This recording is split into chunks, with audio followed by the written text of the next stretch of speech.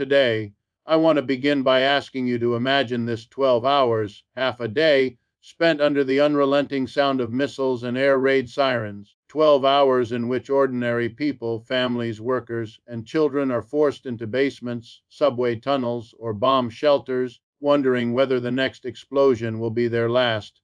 This is not a theoretical exercise. This is the reality faced by Ukrainians as President Volodymyr Zelensky condemns the latest wave of Russian strikes that lasted 12 long hours. Now, Zelensky's words are not merely diplomatic statements, they are cries of urgency, frustration, and resistance. When he condemns these attacks, he is not only addressing the Russian leadership, but the global community that continues to watch this war unfold. He is, in essence, asking how many hours, how many days, how many months of bombardment must pass before the world recognizes that this is not only a war against Ukraine, but a destabilization of the entire international order. Let us be clear, 12 hours of continuous bombardment is not about military targets alone. It is psychological warfare. It is designed to exhaust the spirit of a people, to break their will, to make ordinary citizens fear the sunrise because it might bring another round of destruction. History teaches us that wars are not fought solely on the battlefield, but in the minds of those enduring them. And here, Ukraine is not simply a battleground, it has become a symbol of endurance, of standing against overwhelming force.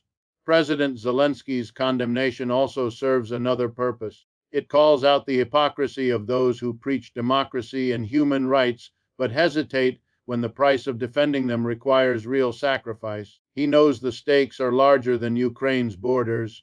If unchecked, the precedent being set is dangerous, that a stronger nation can simply erase the sovereignty of a weaker one. That message echoes far beyond Eastern Europe. But let me pose this hook to you. What does it say about our modern world economy, our interdependence, when war in Ukraine ripples into fuel prices in Europe, food shortages in Africa, and political instability across continents? This is no longer a distant conflict.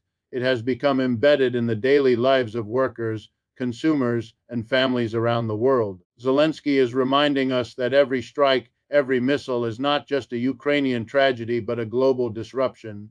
And so, as Zelensky condemns 12 hours of relentless strikes, we must ask ourselves, will we continue to respond with words, or will we recognize that silence and hesitation are forms of complicity? History will not remember the number of resolutions passed at international forums, but it will remember whether the world stood still while entire cities were reduced to rubble. When President Volodymyr Zelensky raises his voice in condemnation, it is never done lightly or without strategic intent. His denunciation of the recent Russian strikes, which persisted for a relentless 12 hours, is more than a statement of outrage. It is an urgent warning to the world that these attacks are not isolated acts of war, but deliberate assaults designed to break the resilience of an entire nation. Imagine, for just a moment, 12 hours of your day defined not by work, rest, or the routines of ordinary life, but by the deafening sound of sirens, the trembling of walls, and the uncertainty of whether your home, your school, or your hospital will still stand by nightfall. That is the grim reality Zelensky seeks to bring into sharp focus with his condemnation. His words are carefully chosen because he knows they must resonate far beyond Ukraine's borders.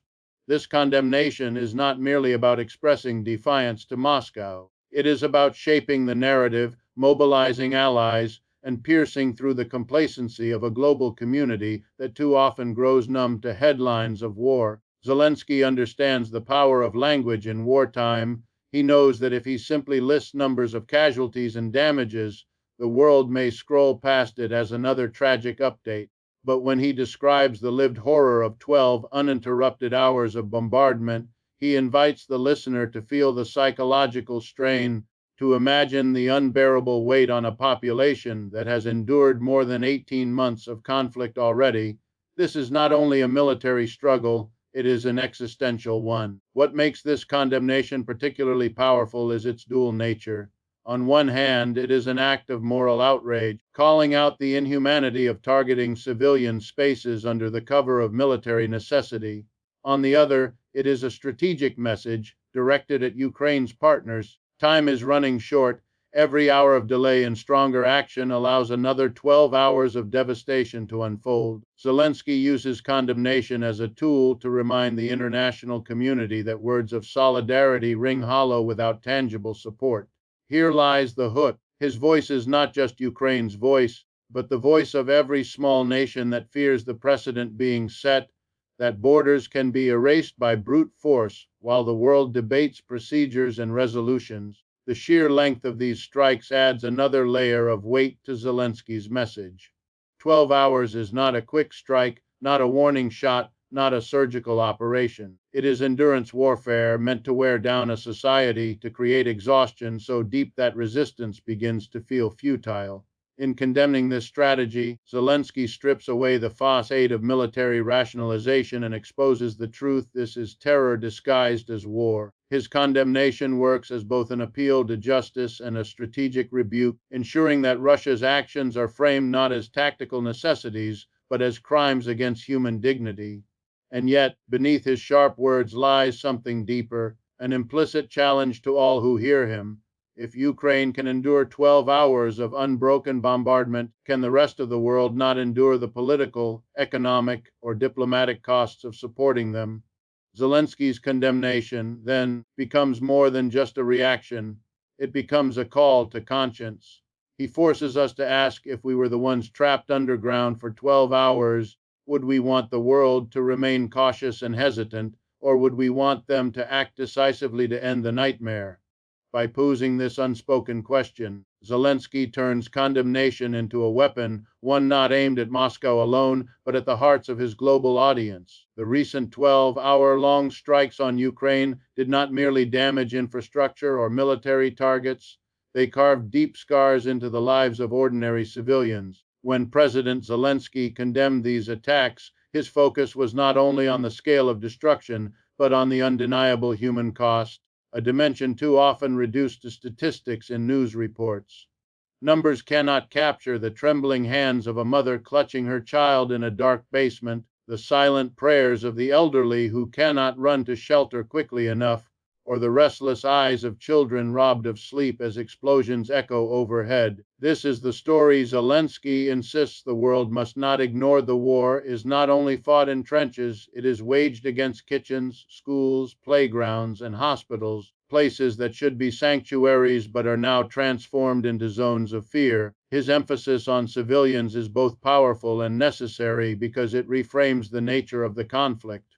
Russia often presents its actions as targeted, as tactical strikes aimed at weakening Ukraine's defenses, yet 12 hours of indiscriminate bombardment shows otherwise. Power stations, apartment blocks, medical centers, all have been hit in these relentless waves. When Zelensky highlights the human suffering, he pierces through the veil of military justification and reveals the truth, that the real battlefield extends into the daily lives of millions of Ukrainians. And this truth raises an uncomfortable but unavoidable question for the international community: how long can one remain neutral when the victims are not soldiers in combat, but civilians trying to survive a war they did not choose? It is here that Zelensky's voice becomes more than political, it becomes human, moral, and deeply resonant. He positions the plight of Ukrainian civilians as a mirror to the global conscience. What would you do if your city endured 12 straight hours of explosions? Could your family endure nights without electricity, heat, or running water in the dead of winter? Would you feel abandoned if the world responded with sympathy but little action? These are the unspoken hooks Zelensky embeds in his condemnation, making distant viewers realize that the suffering of Ukrainians is not abstract, but painfully relatable. The psychological toll is another layer he exposes. Warfare of this magnitude does not only destroy buildings, it corrodes the human spirit. For 12 hours, a family in Kiev may sit in the dark wondering if the next missile will land on their home. For 12 hours, hospital workers may struggle to keep patients alive as generators strain under pressure. For 12 hours, children may count explosions instead of sheep as they try to sleep. This kind of relentless fear cannot be measured in headlines, yet it shapes generations. Zelensky's insistence on highlighting this dimension is a strategic act of truth, telling. He ensures the world sees the victims not as nameless casualties, but as people whose lives resemble our own. In doing so, he also exposes the cruel paradox of modern warfare. The very civilians meant to be protected by international law are those most consistently targeted. And here lies the sharp edge of his condemnation. He is not merely asking for sympathy, he is demanding accountability. If the global community tolerates such attacks, then international norms about protecting civilians become meaningless. His words are a warning that silence in the face of such suffering is not neutrality, it is complicity. The human cost, laid bare, forces allies, skeptics, and even the indifferent to confront the reality that this war is not contained within Ukraine's borders. It is a war on human dignity, one that tests whether the global order still values civilian life as sacrosanct. When President Zelensky warns that Russia's 12-hour-long strikes are not an isolated act, but part of a broader pattern, he is issuing a stark reminder that this war has implications far beyond Ukraine's borders. What may appear to some as a regional conflict is, in reality, a challenge to the very framework of global security. It is not just about the destruction of Ukrainian cities, but about the crumbling of an international order built on the principle that sovereignty matters and that borders cannot be changed by brute force. When missiles rain on Ukraine for half a day without pause, Zelensky is not only describing devastation, he is pointing to the dangerous precedent it sets. If such aggression is tolerated, if it becomes normal for a powerful nation to erase the independence of its neighbor, then no nation, big or small, can feel truly secure. This is where his condemnation becomes more than a defense of Ukraine. It becomes a defense of the rules that have governed the world since the mid-20th century. The memory of two world wars pushed nations to agree that stability required limits on aggression, that international law must draw boundaries around violence. Yet every time Russia unleashes wave after wave of strikes, it chips away at those boundaries. Zelensky knows that what happens in Ukraine is being watched closely not just in Europe, but in Asia, Africa, and Latin America, where nations grapple with their own territorial disputes and regional tensions. The hook he delivers is direct. If Russia succeeds here, who will be emboldened next? This line of reasoning transforms Ukraine's suffering into a global concern. Consider the chain reaction. When sovereignty can be violated without serious consequence, trust among nations erodes, alliances become fragile, countries begin to calculate that their security depends not on international agreements but on military might alone. That path leads to an arms race, to instability, and to the very chaos the world sought to leave behind after 1945. Zelensky frames the 12-hour bombardment as a warning sign, not only to Ukrainians but to every government that values stability. By doing so, he forces the global audience to see the strikes not as a distant tragedy, but as the opening act of a wider, darker play. Another element of his message is the exposure of hypocrisy. Nations that preach about human rights, sovereignty, and democracy are now confronted with a test. Will they uphold those values when it costs them politically or economically, or will they retreat into hesitation and empty words? Zelensky understands that global security is as much about credibility as it is about power. When Western powers hesitate, they not only weaken Ukraine's defense, they weaken the very credibility of their own principles. His warning, therefore, is not just about Russian aggression, it is about the global decline of moral authority if words do not translate into action. And here lies the most unsettling hook. The strikes lasting 12 hours are not confined to Ukraine. They are felt in the stock markets, in the price of gas, in the shortages of grain, and in the uncertainty of future conflicts. They are reminders that war in one region cannot be neatly contained.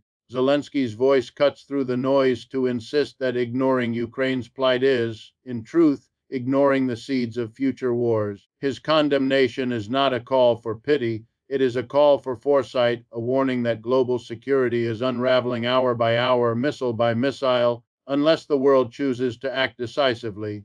When Zelensky links the 12-hour bombardment of Ukraine to rising energy prices, food shortages, and inflation across the globe, he is reminding the world of something that many prefer to overlook. War does not stay within borders. It spills into the markets, the supply chains, and the dinner tables of families thousands of miles away. A missile launched in Eastern Europe reverberates in African grain markets, in European heating bills, and in American grocery stores. By drawing this connection, Zelensky reframes Ukraine's suffering not as a distant tragedy, but as a force shaping the daily realities of workers, families, and businesses everywhere. The hook is clear and unsettling. What happens in Ukraine does not stay in Ukraine. It lands squarely in your wallet, your kitchen, your household budget. Take energy, for example. Russia's strategy of prolonged strikes does not only devastate Ukrainian infrastructure, it destabilizes energy markets that are already fragile. When pipelines are disrupted, when supply lines are endangered, prices spike. A family in Berlin paying more for heat, a factory in Italy struggling with electricity costs, or a farmer in Egypt facing higher fertilizer prices, all are indirect victims of those 12 hours of bombardment. Zelensky uses this reality as leverage, pressing the world to realize that ignoring Ukraine is not an option because the costs of indifference are global and immediate. The war is no longer a regional conflict. It has become a trigger for a cascade of economic disruptions that affect everyone. Food is another critical pressure point. Ukraine is often called the breadbasket of Europe, and its grain exports feed millions across the Middle East, Africa, and Asia. When Russian strikes target infrastructure, ports, railways, storage facilities, they are not simply weakening Ukraine's economy, they are choking off supplies that prevent hunger in other nations. Zelensky highlights this not to exaggerate, but to force the world to confront the truth. A child going hungry in Lebanon or Somalia may be suffering because a Russian missile struck a grain silo in Odessa. This interdependence is the hook he wields with precision. If you care about global food security, you cannot ignore the war in Ukraine. Inflation is another ripple effect he emphasizes. 12 hours of strikes translate into weeks of disruption, delays, and uncertainty. Markets do not respond to war with patience, they respond with panic. Investors pull back, shipping costs rise, insurance rates for cargo skyrocket. The result, prices rise everywhere, from fuel pumps in France to bread stands in Kenya. Zelensky's message cuts to the heart of global economics. If you are angry about the rising cost of living, you should be angry about the strikes in Ukraine. He cleverly turns civilian suffering into a universal problem, ensuring that even those who feel geographically detached from the war understand that they are paying a price for its continuation. The deeper hook in this framing is the exposure of global vulnerability. For decades, globalization was sold as a shield, a promise that interconnected markets would bring stability and prosperity.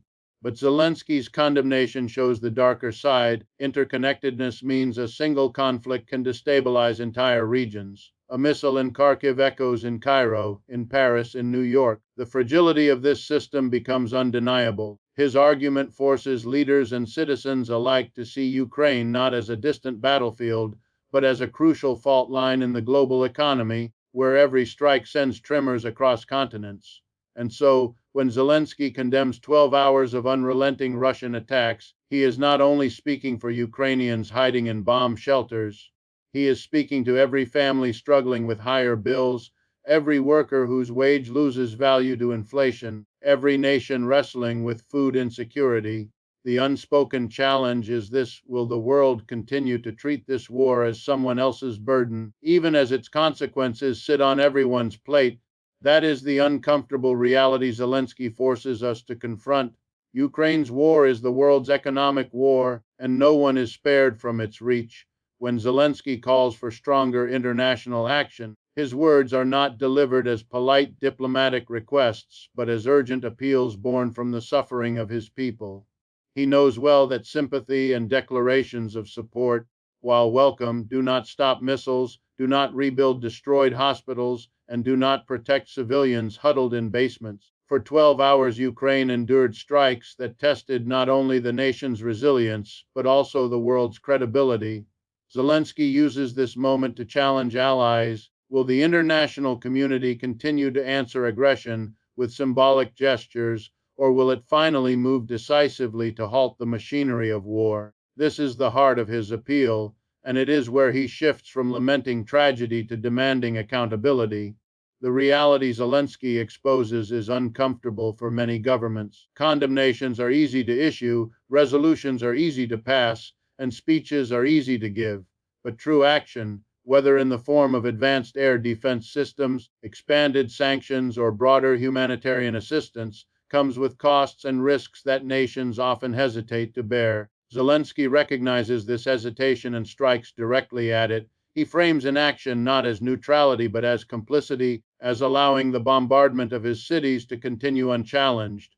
His hook is sharp. Every hour of delay, every moment of indecision translates into more destroyed homes, more grieving families, more instability that spreads beyond Ukraine's borders. He makes it clear that hesitation is not a passive stance, it is an active choice with consequences. By doing this, Zelensky redefines the role of the global community. He does not ask them to merely watch Ukraine resist, he calls on them to become participants in the defense of international law and human dignity. The stakes, as he frames them, extend far beyond Ukraine's borders. If unchecked, Russia's prolonged bombardments send a message to the world that power, not principle, determines outcomes. This is why Zelensky's insistence on action carries weight. He understands that Ukraine's survival is tethered to whether allies translate words into deeds. And in that urgency lies a profound appeal not just to politicians, but to ordinary citizens across the globe who can pressure their leaders to act. What makes his call more persuasive is the way he ties it to shared interests. Zelensky does not only speak of Ukrainian suffering, he reminds the world of the economic shocks, the food insecurity, and the energy crisis unleashed by each strike. His message is clear: stronger action to support Ukraine is not charity, it is self-preservation. If the world allows the strikes to continue unchecked, the costs, in higher prices, greater instability, and weakened global norms, will only grow. This framing is another hook he uses to shift the conversation from "why should we help Ukraine?" to "how can we afford not to?" The underlying force of Zelensky's call is also moral. Wars have a way of exposing the true character of nations, and Zelensky's words challenge leaders to consider how history will remember them. Will they be remembered as those who stood firm in defense of justice, or as those who offered speeches while cities burned? His condemnation of the 12-hour strikes becomes a measuring stick for international courage. He transforms Ukraine's suffering into a test of global resolve. The implication is unavoidable: to do less than what is required is to stand on the wrong side of history. Thus, when Zelensky urges stronger action, it is not an abstract demand, but a concrete plea forged in the fire of 12 relentless hours of destruction. It is a call that blends urgency with foresight, morality with pragmatism. His voice forces the world to recognize that action is not optional, and that every delay carries a price no nation can truly afford to pay. When Zelensky frames the strikes as a test of global values, he is not only condemning Russia's actions, but also holding a mirror up to the international community. 12 hours of bombardment are not just an episode of violence, they are a moral crossroads. His message is piercing: history will not only remember the aggressor, it will remember those who stood by, those who hesitated, and those who failed to match their words with deeds. This is why his condemnation resonates so deeply, because it goes beyond politics and enters the realm of principle. What is being tested is not just Ukraine's resilience, but the integrity of the global order and the credibility of nations that claim to champion human rights and sovereignty. Zelensky's warning is powerful precisely because it makes neutrality impossible. If nations continue to sit on the sidelines, cloaked in caution or claiming strategic patience, they are in fact making a choice. In his framing, silence is not absence, silence is complicity. This hook is sharp and deliberate, forcing leaders and citizens alike to confront the uncomfortable truth. Every unchallenged hour of bombardment erodes not only Ukraine's security, but the world's moral authority. To pretend otherwise is to indulge in illusion. Zelensky understands that wars are fought with weapons, but their outcomes are often decided by narratives, and his narrative is that this war is a test of courage versus cowardice, action versus apathy. What makes this appeal so compelling is the way it draws on history. Generations have witnessed the consequences of appeasement, of waiting too long, of allowing aggressors to test the limits of international resolve. Zelensky invokes that memory, not directly, but through the rhythm of his condemnation. 12 hours of strikes may sound like a headline today, but they echo past moments when the world's hesitation allowed small fires to grow into global infernos. He hooks the listener by forcing them to see the continuity. Will this generation repeat the mistakes of the past, or will it act before the cost becomes unbearable? Zelensky also ties the strikes to the question of human dignity. War, he reminds us, is not measured only in territory gained or lost, but in the value placed on human life. When bombs fall on hospitals, when schools are reduced to rubble, when families spend half a day underground unsure if they will emerge alive, the issue is no longer simply geopolitical, it is profoundly human. His warning to the world is that if such suffering can be tolerated without decisive response, then the values so often praised in international forums, justice, democracy, human rights, become hollow slogans. The test, therefore, is not about Ukraine alone. It is about whether these values are real or performative. The emotional weight of his words is reinforced by the psychological dimension of the strikes. 12 hours may not seem long to those watching from afar, but for civilians living through it, every minute feels like an eternity. Zelensky uses this fact to create empathy, to close the distance between Ukrainians in bomb shelters and citizens around the world.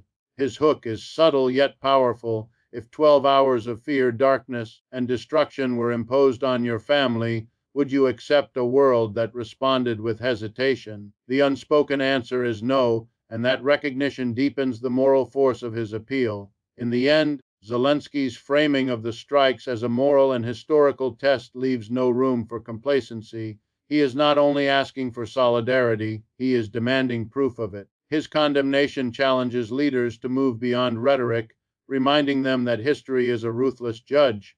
Long after the bombs stop falling, what will remain are the choices nations made in the face of those 12 hours of unrelenting violence. Those choices, Zelensky warns, will define not only Ukraine's future, but the very credibility of a world order built on values that are now under siege. Ladies and gentlemen, let us close with this. Wars are never just about land, about borders, about leaders. They are about people, human beings, whose lives are torn apart in the name of power. Zelensky's condemnation is not only a political act, but a moral one, a demand that we re-examine our responsibilities, our values, and our courage. 12 hours may sound like a news headline today, but for those living it, it is an eternity. And if we do not respond with urgency, with clarity, with humanity, 12 hours may soon become 12 days, 12 weeks, or 12 years. That is the stark warning embedded in Zelensky's words, and it is one we cannot afford to ignore. Thank you.